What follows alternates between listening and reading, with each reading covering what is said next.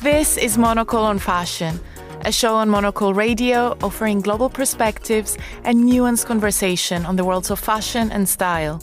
I'm Natalie Theodosi, your host and Monocle's fashion director. This week, we're taking you to Paris. Marimekko's Chief Creative Officer, Rebecca Bay, gives us a tour of the Finnish brand's newly opened and first Paris flagship store. We have landed in this sweet spot between local and global. Then, we are joined by Guillaume Henry, Creative Director of Patou, who tells us how he's been reviving this beloved French heritage brand, which has been dormant for over 30 years. Some people don't even know about the fashion history of Jean Patou, but Patou is now back in the streets. This and more on Monocle on Fashion. Let's begin with Marimekko, the Finnish textiles and clothing brand known for its bright prints and joyful spirit, has recently opened its first store in the French capital in the Bazy-Marais district. Monocle on Fashion producer Lily Austin gets a tour of the new space. She began by asking, why Paris? So Paris, because for long, or over the last couple of years at Marimekko, we have really identified sort of what is the Marimekko ecosystem or what is our key city world map. And of course, Paris is part of that key city map, not only because Paris is extremely important in terms of the design fashion industry, but also, of course, the influence Paris has on the other cities and the other markets we're in. So we're really excited to be in the Marais because we feel it's both a hyper-local Paris neighborhood. It's a neighborhood where we will really get to connect with the locals, but it's also a real tourist destination in many ways. So we feel like we have landed in this sweet spot between local and global. Tell me about that. Tell me about the new store. What was the idea behind the design? Tell us about the interiors. Yeah, so the new store here is sort of an evolution of a concept we introduced when we opened our New York store, which was sort of the first store where we were launching this new store concept. We refer to the store concept as the canvas store, literally because it is a perfect canvas for the art and science of printmaking. So it's really a store that lends itself to the sort of bold pattern or print and color world of Marimekko. The store is built up on this wooden grid, which allows us to be able to move everything around. So meaning that we can literally move the shelves, we can introduce new shelves, we can hang drawers. So the store layout is as flexible as possible.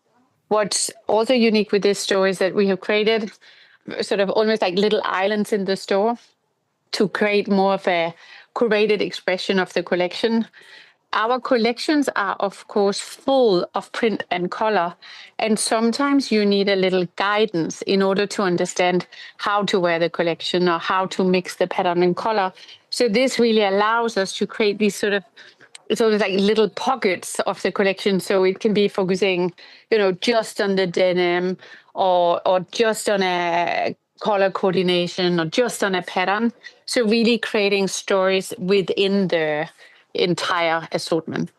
And then what this store also has, which is unique, is a really long hallway. We created for the first time in Marimekko store life a designated bag area that I can unfortunately not show you because these days it's just been turned into a showroom, because the whole intent behind the store is that it can change based on what are the needs. So also tonight there will actually be a dinner in the store. Right now there's a showroom behind me. But then we have this like really vast use of textiles. It's interesting to hear that you're using the space for more than just retail. I think that's something that we've seen a lot of, that brands are really making their spaces kind of work hard and be very versatile. Do you have plans for many other events or different uses of the shop in the new year? We do. And also, I think also because we can all recognize that there needs to be a real reason to come to a physical store these days. There's so much you can do from the comfort of your couch at home. So it was really important for us that this store is not just a place for product, but it's a way of us engaging with and being in dialogue with our community. And of course, it's an opportunity for us to continue to expand and inspire our community. So already when we opened the store here, we opened with, first and foremost, an amazing party where we bathed the entire store in pink light. We removed most product and we created a big dance floor. Had amazing music. We had chips and fish roll, and we had Magnum bottles, and the entire store was like a club. We had then for the opening weekend, we turned the entire home area into a flower shop, wrapped in Marimekko fabric, because one of my favorite quotes from our founder, Amiratia, is she famously said Marimekko could have been anything: modern jazz, an ice cream parlor, or a flower shop. And this is really, this is something that to me is a really important sort of permission card to do anything and everything, and to sort of bring the Marimekko brand to life through not only through product but also through how we invite people into the Marimekko way of life. And speaking of community, what has the reaction been to the store from Parisians? Yeah, so of course we were really excited to learn sort of the early learnings of this store. I think on a super positive note, on our opening day, we had a line outside the store spanning a couple of blocks. So there was a real excitement around us opening. Of course, we were also handing out flowers and finished licorice, which helps, and tote bags made for the occasion. Of course, what we're seeing is that Marimekko is well recognized by locals and I think visitors in Paris, probably more so for home and printed textiles. So what we're really focusing now is, of course, also introducing the Parisians to our ready to wear expression, and sort of starting to introduce them to how to wear the brand. And just to finish, as Christmas is coming up, I feel like I have to ask the question. Can you tell me about a couple of favorite products that can go on people's Christmas wish lists? Yeah, I want to share something that I just experienced in the store, because literally a minute ago, some of the store employees had to remove all the display on the table in front of the home area, because there was two customers here, I think a couple, who purchased, I believe, 3.5 meters of the fabric that's on the table. So I guess they were planning for their holiday table, and inspired by this, wanted to buy the fabric literally off the table. And I think that's a real testament to the world of Marimekko. You can purchase fabric and you can make it yours, or you can purchase everything. And of course it can be the entire Marimekko lifestyle. But I really think there's something in this, that the fabric is at the core of everything we do. The printed fabric and the pattern is at the core of everything we do. So I loved to experience that. But of course, otherwise, I'm just going to do this because I'm in the home area. We have turned our most recognizable pattern, the Unico flower that celebrated 60 years anniversary last year, into also these little 3D balls. So I think this is also really a great example of how we're bringing how we're continuing to bring the brand to life through new expression.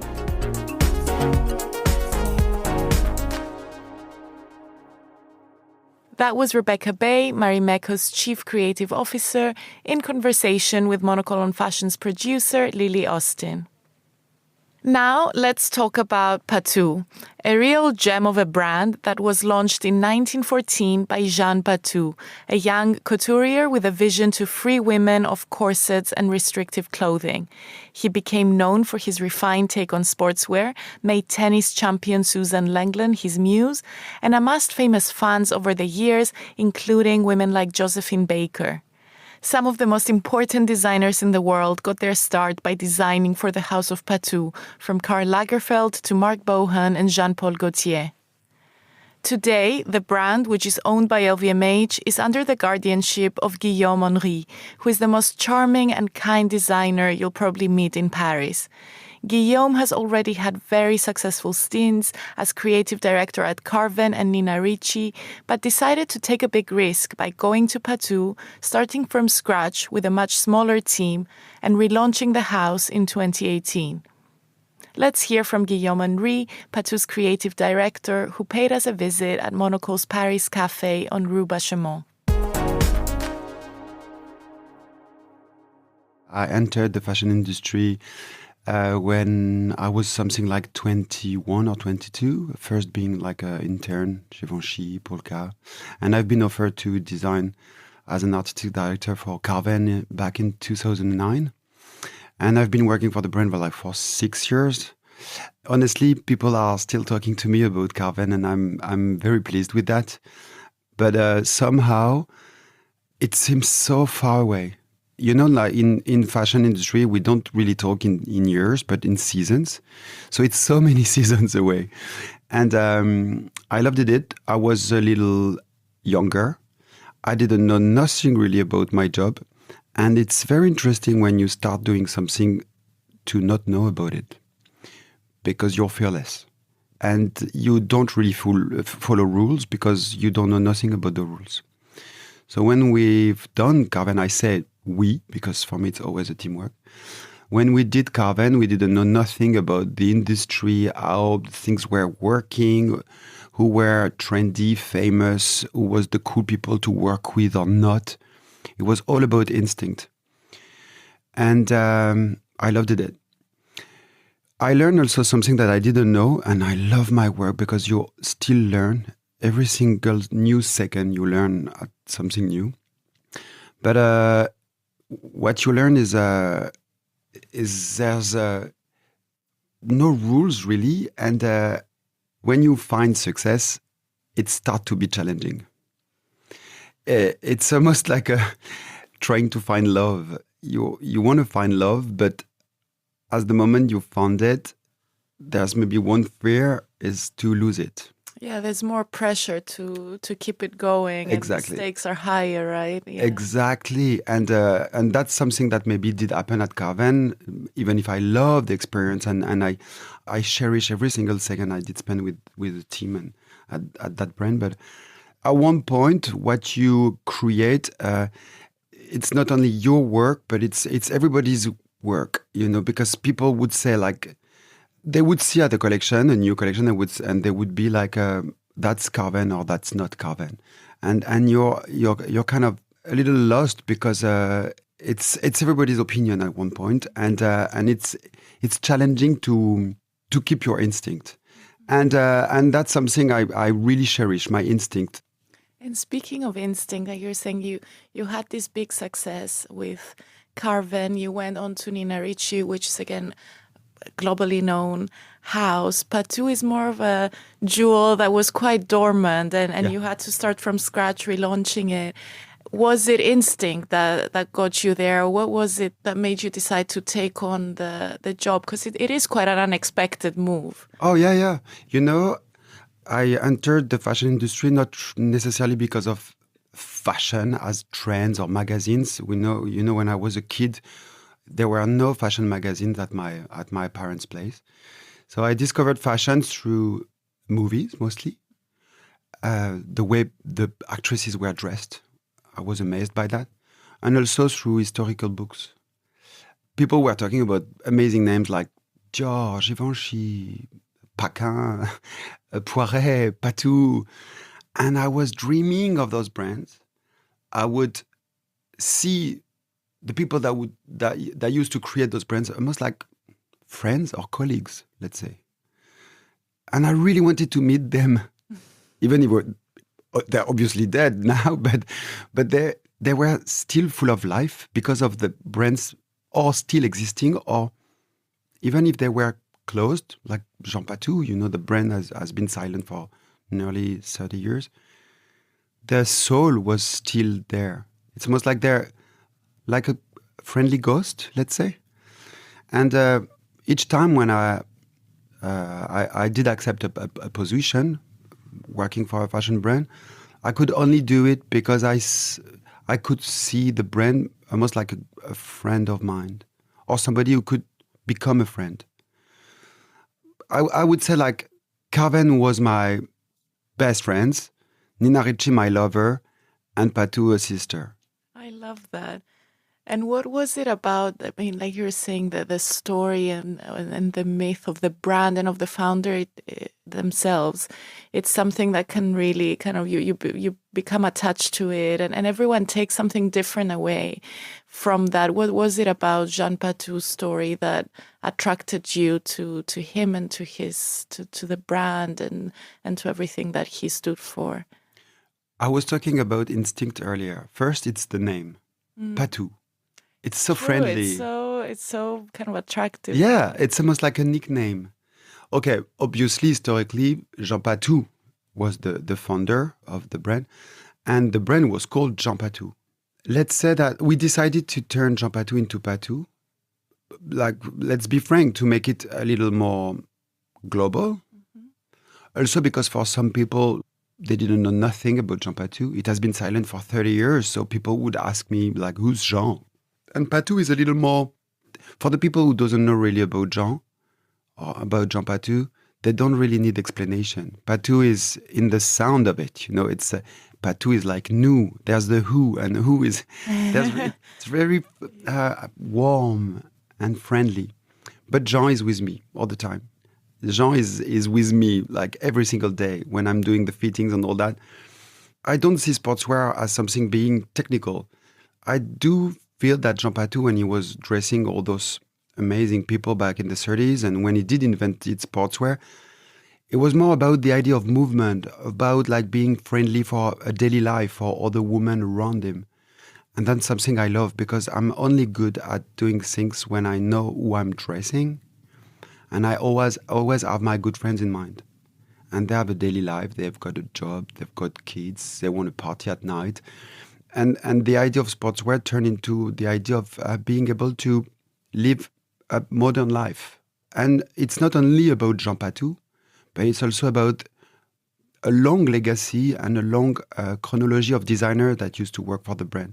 Let's talk about Karl Lagerfeld. And he was designing Patou when he was something like 20 years old. Then Christian Lacroix, my own personal idol. I entered the fashion industry almost because of Christian Lacroix, working at Jean Patou. And my Patou is a tribute to all of those designers. So it's a kind of recipe mixing Jean Patou, the 30s, Christian Lacroix, Karl Lagerfeld, and also in that huge recipe, like the modern life we're living, my good friends and my own taste, because I can't forget about it. That's really interesting, but I guess it's also quite challenging because you've got this rich history, but it's been dormant, like you say, the brand has been dormant for 30 years and you have to start from scratch, right? How did you, like those earlier days, what are your first steps when you start thinking about building the brand from the ground up again? No, I've been lucky, truly I've been lucky to study Patou for almost a year. I had 1 year time to show the first Patou collection. Which is rare in today's pace and the expectations of the industry now. It is, but it's not that long at the end of the day. You know, my first thought was, are we expecting Patou to be back? Frankly, no. Except if there's something new to it that doesn't make it being one more brand, but a different brand. Because there's already so many things on the market. So for a year, I've been working at the time with a very, very small team, and we were maybe like 3 people working at Patou. We didn't want it only Patou to be an historical brand, because there's already many, and people, and it was like a sleeping beauty. So if you wake it up, make it smoothly and for a good reason, you know. So for a year, because we had no archive or nothing, I did entered museums. I met people that used to work for Patou back in the days. I had talks with Christian Lacroix. I looked at all those images from the 20s, the 30s. I did read at books about Jean Patou himself. An amazing destiny, almost like a Gatsby. You know, he deserves a movie, literally, I'm telling you. On top of that, I had to tell myself, what will we bring to it to make it relevant today? What does it deserve, that wake up? How can we turn that old brand into something new, into something relevant? For example, to have this sustainable philosophy about the brand was something we really wanted to do. To get that very friendly approach, we relaunched Patou when the landscape in the fashion world was very dark. Everything was so apocalyptic. It was all about like people being grumpy and sad and very political also, which I totally respect. But that's not what I do. I see myself as a cook. I do dresses to make them being attractive and tasty, you know, not to necessarily tell about things, you know.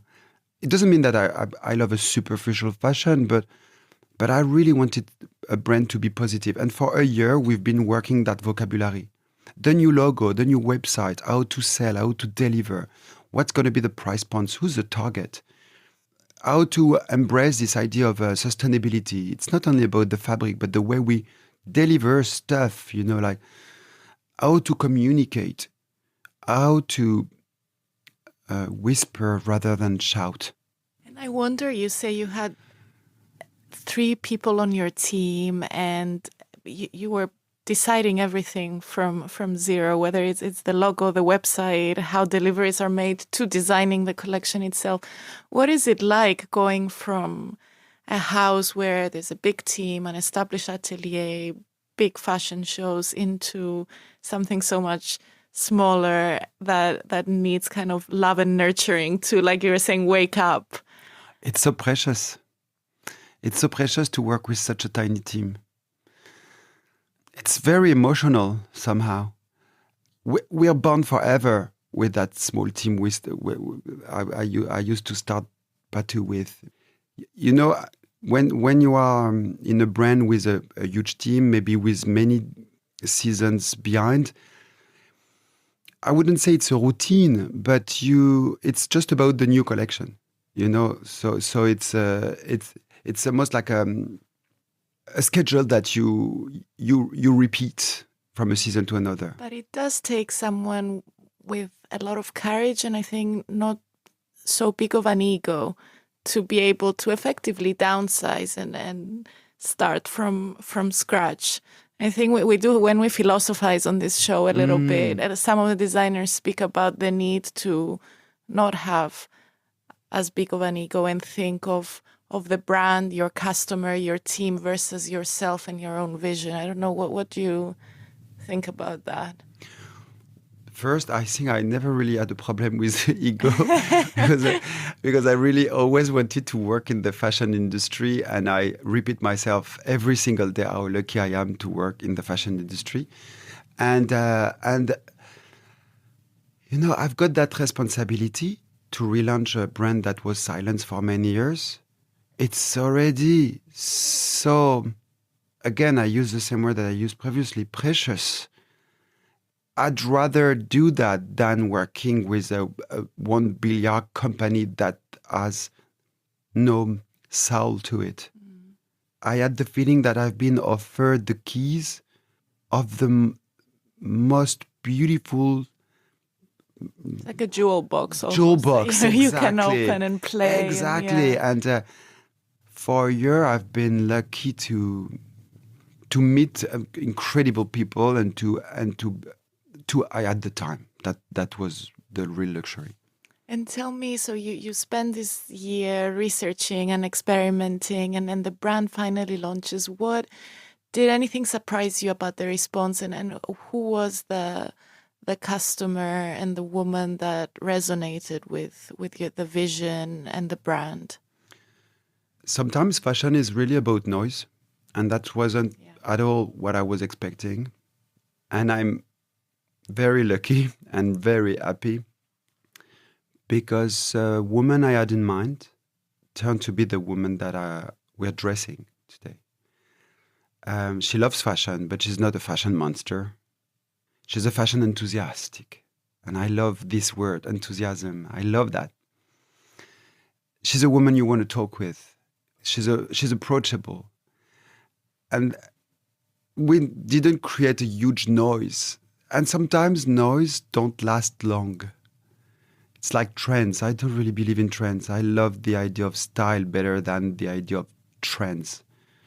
I'm always afraid of even the word fashion, you know? And I'm glad because the client we met, the customer we met, the enthusiast people we met when we start are still there. And they come back and they bring new people. And I see women wearing what we do outside the streets, and that's fantastic. The brand has been silent for 30 years. Some people don't even know about the fashion history of Jean Patou, but Patou is now back in the streets. Absolutely, yeah. And I think it was such a success with, like you say, the right type of customer, but it's still in when you look at the bigger picture, it remains quite a best kept secret among people who really enjoy and love fashion. I'm sure there's like a lot of people that could still kind of learn and become your customers. But I wonder, is there a beauty on doing that kind of expansion slowly and operating as someone's selective group's best kept secrets? For me, being successful is to last, is to create something that doesn't really become the biggest blockbuster or the loudest thing, I think. And I need to get it in order to be part of the cool group. I'd rather dress people that dress for themselves. And I can see, like, that was 2 weeks ago. I traveled to India to open like a Patou space in Mumbai. And to see like the enthusiasm there in India. I mean, it's organic the way Patou is expanding. And that's something I really love, because you can also not control, but appreciate it. Sometimes it also offers you the possibility to really enjoy the way things evolve and grow, and to also adjust. You know, we didn't try to reach every single market at once. Also because normally, like today, everything's global. I mean, like now we're in Paris, it's super cold outside. In Tokyo and in India, it's like 30 degrees outside, you know, when it's winter. So if you want to please everyone, you have to almost offer like everything possible. And when you offer everything possible, somehow you lose yourself a little, because trying to please everyone, it's like pleasing no one. So we took our time. First, that was the European markets. Very, very quick. The Japan, also because I'm so French, I can't lie. And I know that in Japan, they're also really sensitive with the kind of a French aesthetic. Appreciation, I think, heritage and quality. So they're always the first to jump on something that kind of ticks those boxes. Exactly. And also, you know, I love to work with words that are maybe not very trendy in the fashion vocabulary anymore, like charm, flattering. You know, when I'm working with colors, I only want to work with colors that are nice to the skin, or, you know.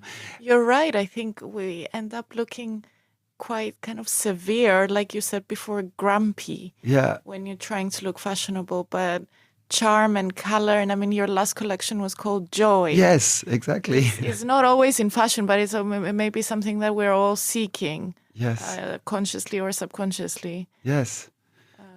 Talk to us a little bit about maybe that last collection and more generally, if someone is new to Patou, what are kind of like the silhouettes that have become signatures or fabrics that kind of now represent your vision and the collections? The silhouette, the Patou silhouette, I like it to look very simple and easy to understand.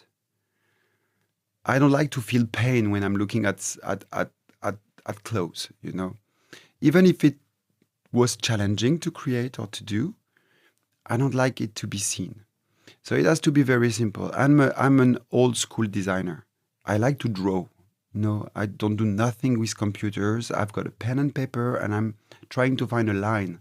I still have in mind this little girl I was when I was like 10 years old, dreaming about fashion, and I was drawing silhouettes all the time, and I'm still doing that. I still enjoy doing it. So it's a sketch. And I'd rather take off than add. There's not a lot of decoration. I prefer the client or the person who's going to dress in Patou to add their own accessories, you know, their own colors, their own identities. Again, it's not a word that it's very trendy in the fashion vocabulary, but I love femininity. Doesn't mean that it has to be cute or pretty. I just like the female gesture. Maybe because of the movies I watched when I was a kid. I love when you see the truth of someone through the way they wear their jacket. How big is the jacket? How long is the sleeve? Does it show them like some sensitive part of the body? I like things when they're not first degree.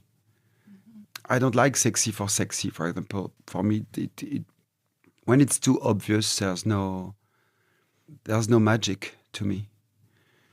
And it's the same when it's too austere. You know, like if I don't want to talk to you, you know, like you may be cool, but cool doesn't necessarily mean friendly. So yeah, the aesthetic is it's rather simple. I do believe in wardrobe too. You know, I love a coat. I love a skirt. I love a skirt with a skirt. I love a dress with a dress. I'm not reinventing a dress, or I'm not challenging myself to reinvent a coat. But everything is in the details. But at the end of the day, if it's only personal, I don't think that you're gonna reach the people. It also has to be a conversation with people.